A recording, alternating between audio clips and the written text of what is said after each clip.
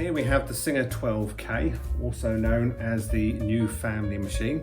It was introduced 1864, only 13 years before Isaac Singer invented or patented his first sewing machine in 1851. In its day, this was the biggest selling sewing machine in the world. The initial Singer factory was in Glasgow Centre near George Square. They very quickly grew out of that, and Singer decided that they were going to build a factory on the outskirts of Glasgow, and they found a location in Bridgeton. By 1876, construction had increased to 1,500 machines. By 1879, that was up to 5,000 machines per week. The little 12K went from strength to strength. By 1884, they had already outgrown the Bridgeton factory. They found a location on the outskirts of Glasgow in a place called Clydebank, next to the canal and the railway line, a greenfield site where they would build eventually the world's biggest factory. The serial number here shows that it was built in 1876 or maybe 1877. You can tell this is an early machine because there's only one ornamentation on the needle bar. There's no ornamentation on the presser foot, and it doesn't have the tension on the top of the machine as the tension control on the front of the faceplate here.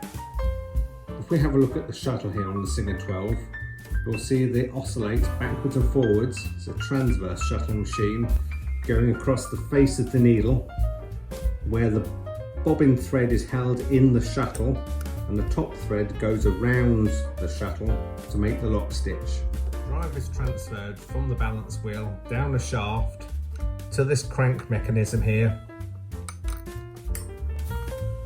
which then slides the shuttle here backwards and forwards, which holds the bobbin thread. The needle comes through, passes the thread over the bobbin, and it creates the stitch. Behind here you have the arm that controls the feed dogs. This is on a cam arrangement at the back.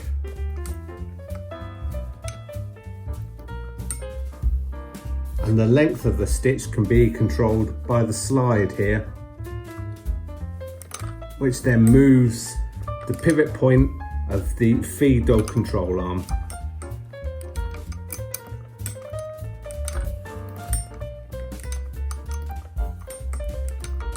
It's a really lovely mechanism, beautifully made,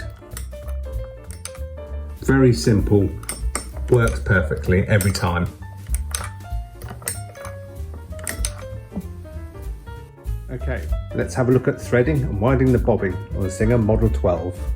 First of all, we'll draw back the slide here, pull out the boat. Inside is the bobbin. The bobbin can be removed by pulling against the spring and releasing.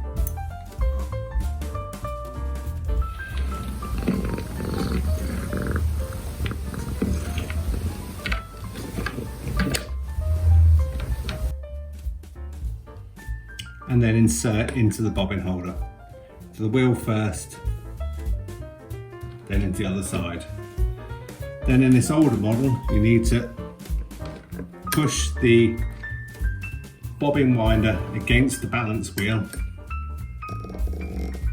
In newer versions, there was a spoon type arrangement which brings the thread down onto the bobbin, but in these older ones, you have to do it manually. Pansy, are you going to stay on all the shots? Yeah, okay, good.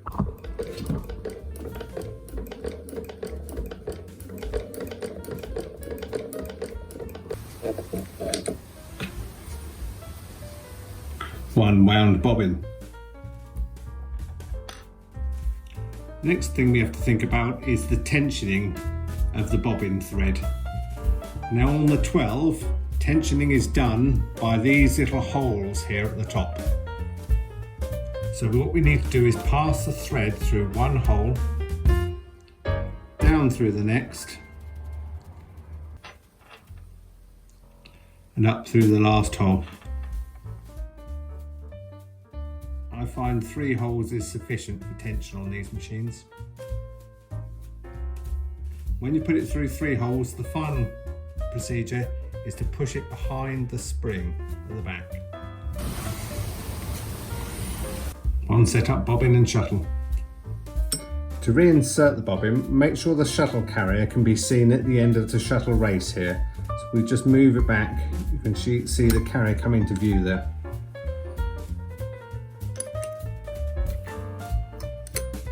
Drop the shuttle back in. There we go, easy. The needle on the right is the more common Singer number 15 needle, which is instantly recognisable from its flat shaft here. It's also shorter, as you can see, than the Model 12 needle. So let's remove the needle from this Model 12.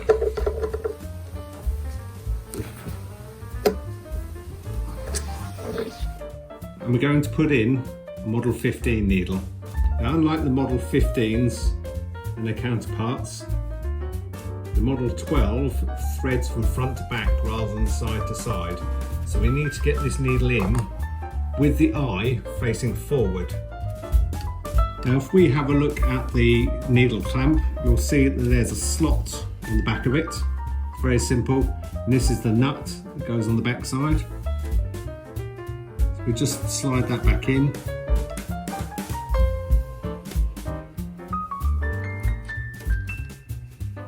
Put our needle in with the flat part facing the back of the machine.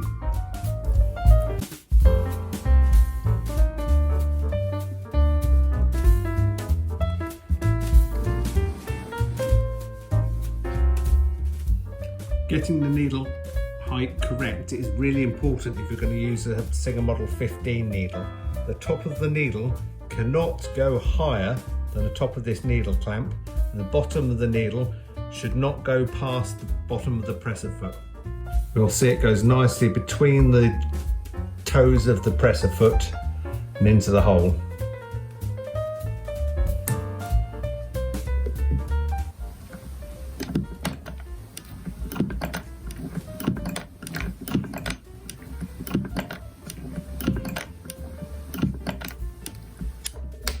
Okay, so let's thread this machine up.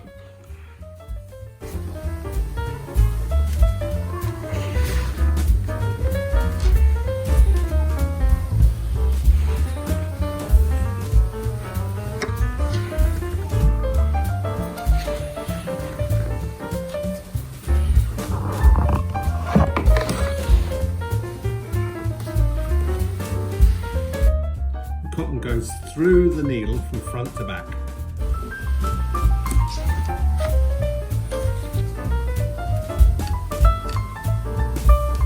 Okay, so let's see how she sews with a bit of 23-ounce denim.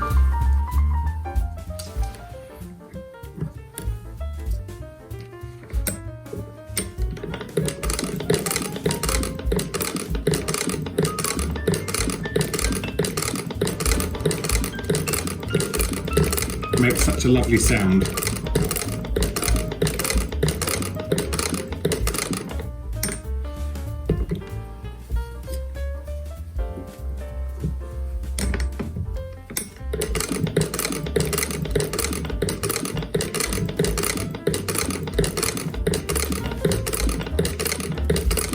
Let's just have a look at that from underneath.